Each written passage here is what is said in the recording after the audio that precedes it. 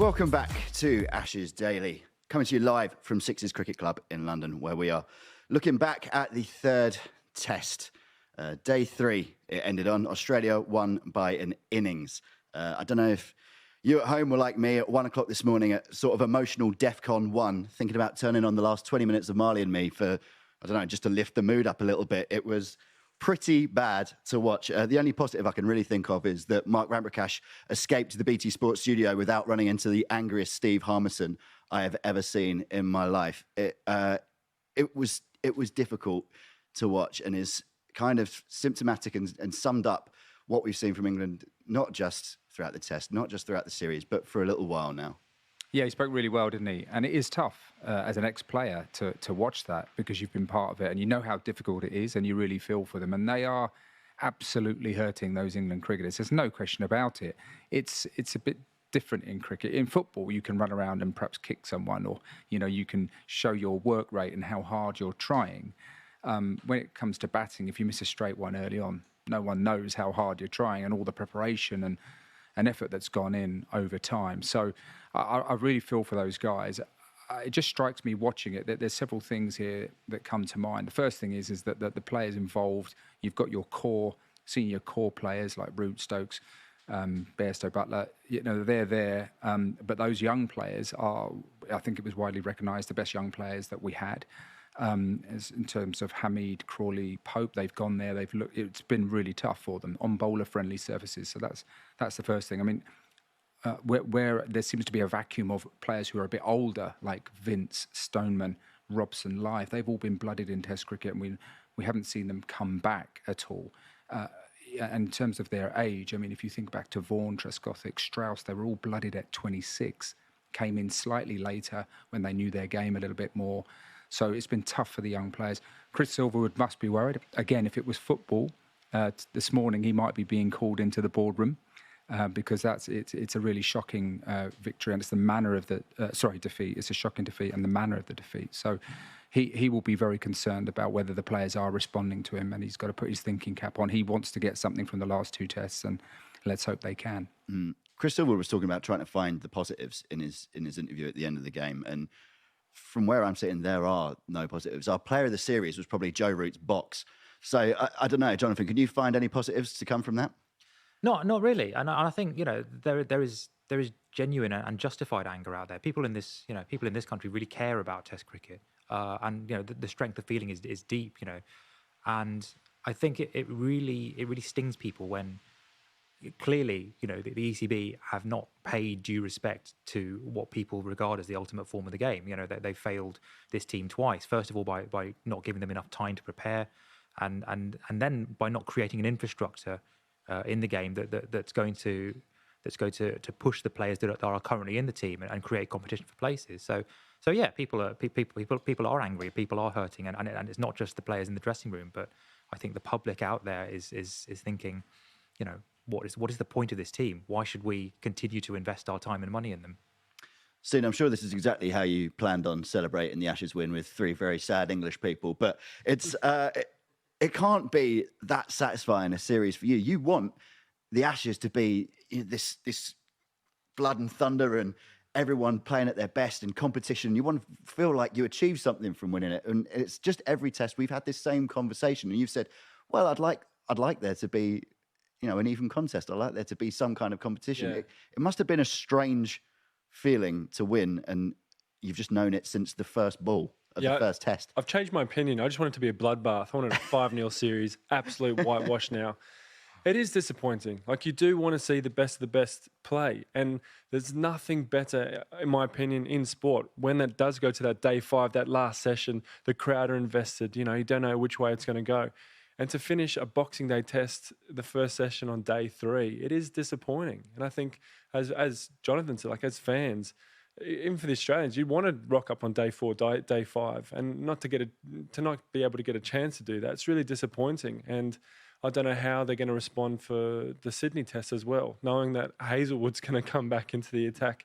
And also every Australian bowler so far who's taken 5 wickets in an innings has been missed out on the next game. So I feel so sorry for Scott Boland for bowling so well, but I think he's going to get rested.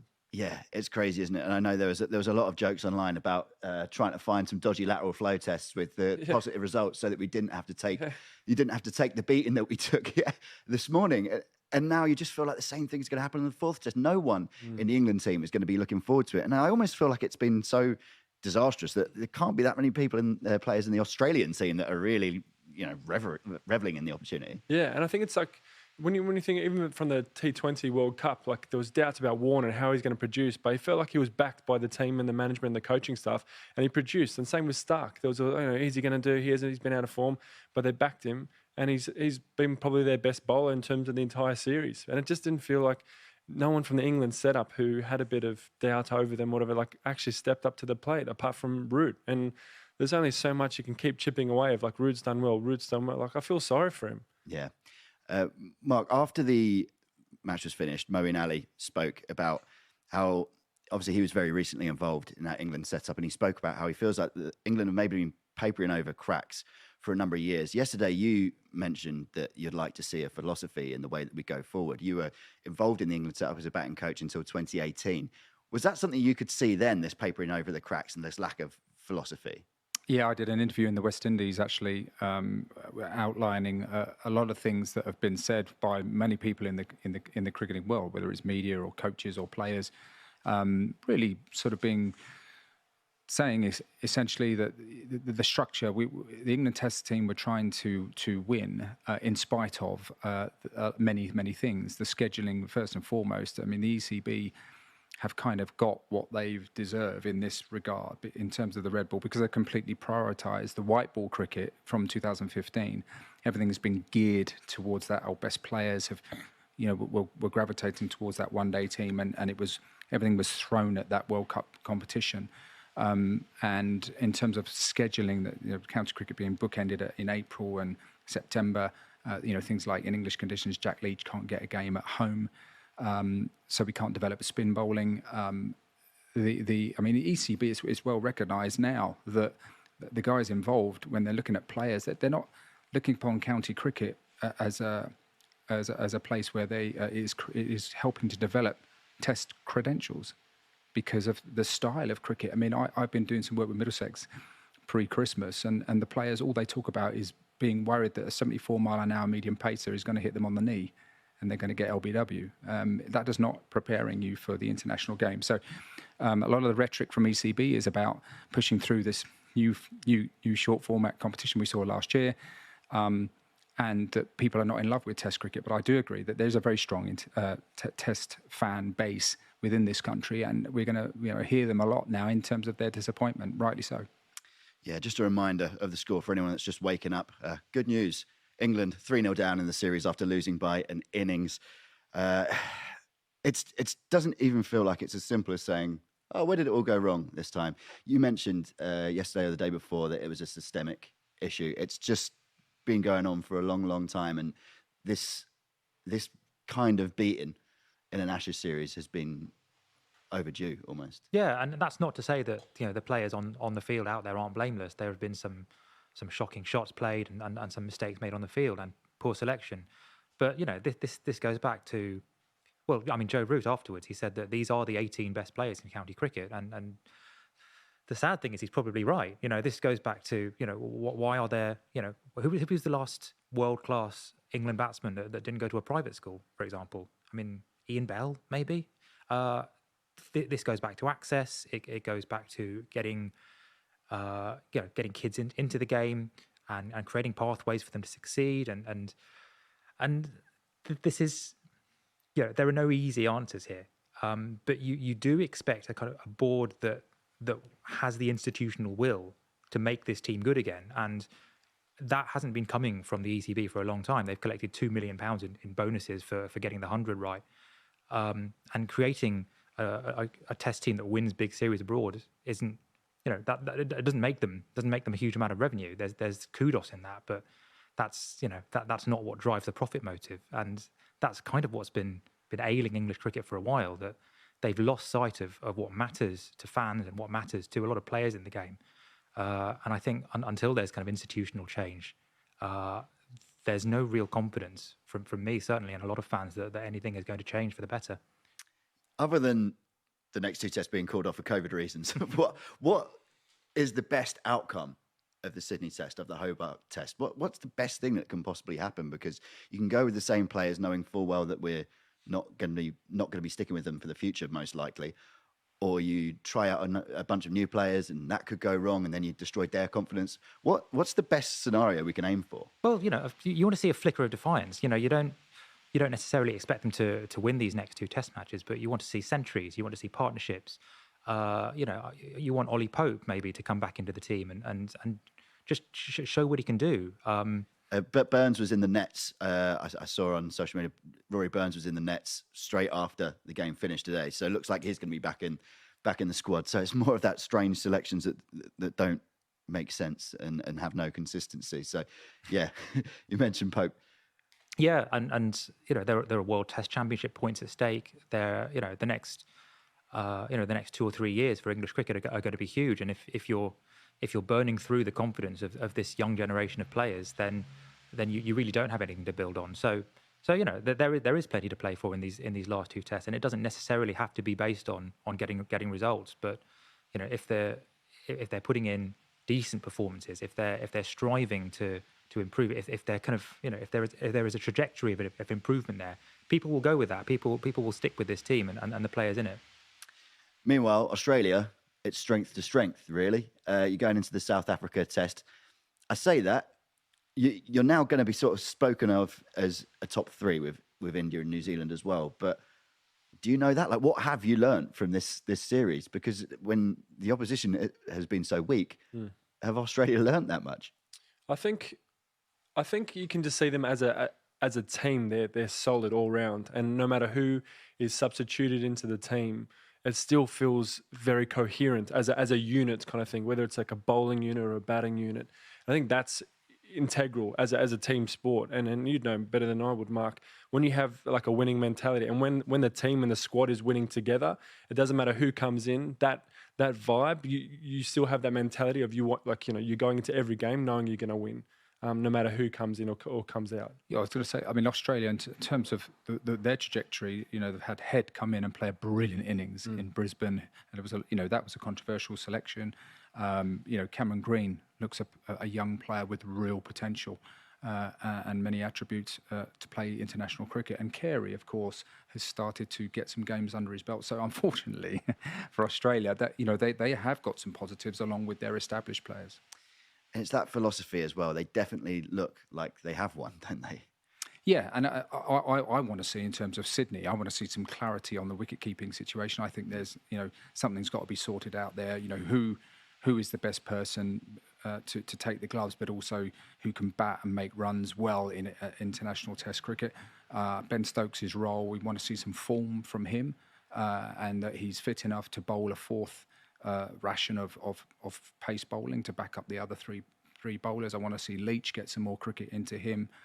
And I mean, Rory Burns could be in the nets because he might be captain. I mean, I hope that Joe Root will take his time and not sort of leave that position. I think he deserves to stay. He's, the players around him are just not quite good enough. So I'd hope he doesn't take it all upon himself. And if it's a slightly more even balance in terms of pitch, perhaps Hamid and Crawley or Pope, if he plays, maybe they can start to build some confidence and spend some time at the crease.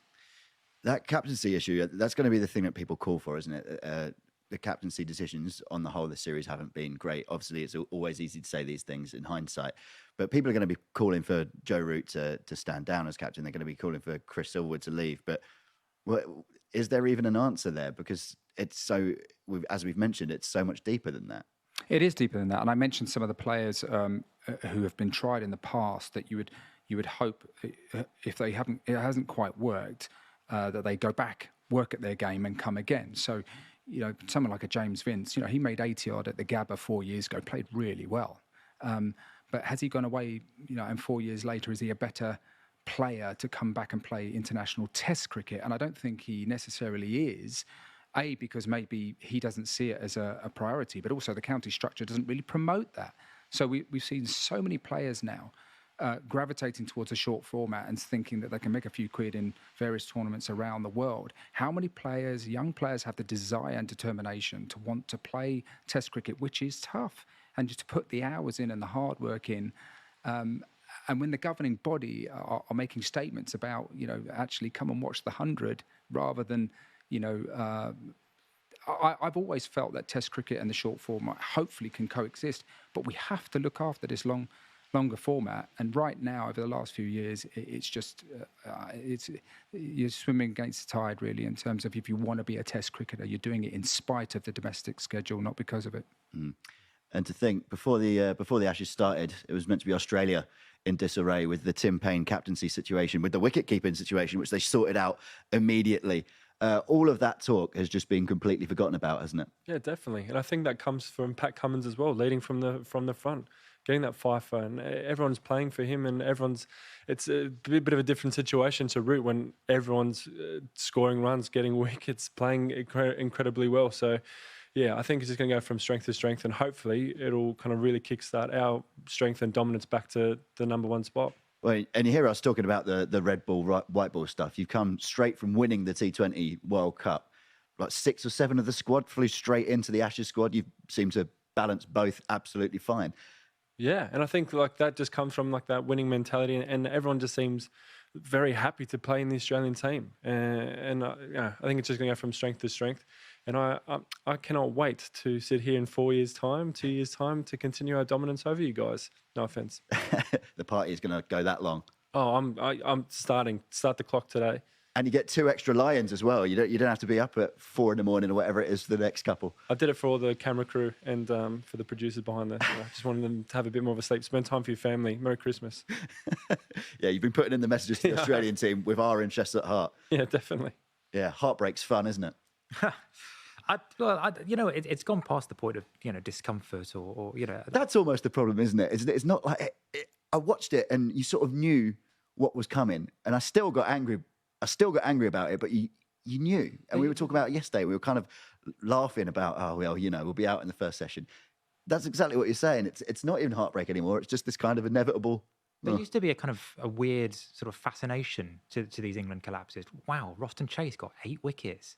Look at that. And now I think familiarity has bred contempt a little bit. What would your solution to the captaincy and the Chris Silverwood situation be? I think Silverwood's race is run. He was the wrong coach at the wrong time, and I think England have gone all in on giving him the selectorial role as well as the coaching role in all 3 formats. And they basically gone all in on this man, and he was the wrong man. Root, in fairness to him, I think he's done a decent job, and I think he's almost earned the right to decide on his own future. There are no outstanding alternative captaincy prospects who are guaranteed a place in the side. If he wants to focus on his batting, if he wants to step down, he's done almost 5 years in the job. I think he's earned that right, and I certainly wouldn't blame him if he felt that he'd kind of had enough of this circus and wanted to go back to just being a god batsman again. We should mention as well, obviously Joe Root passed that 1700 mark, an outstanding batting year for him, but almost feels unfortunately like it's been a little bit wasted. Let's look ahead to the next test. What changes do you make? I think I would bring Burns. I wouldn't have got rid of Burns so quickly. I'd like to see Pope back in. My main worry is that they just kind of throw out the baby with the bathwater and start handing out debuts like confetti, and just blooding new players for the sake of it. That has been the problem in the past. I mean, the last sort of 12, 18, I think England have played 25 test players in men's cricket this year. And the kind of the value of an England cap, the meaning of playing for England has been diluted. You saw James Bracey playing at Lords against one of the world's best attacks because Butler and Bairstow were both being rested, even though Bairstow was playing in so that kind of confusion is part of the problem rather than being part of the solution. So I'd like to see this mainly the same players, certainly the same attack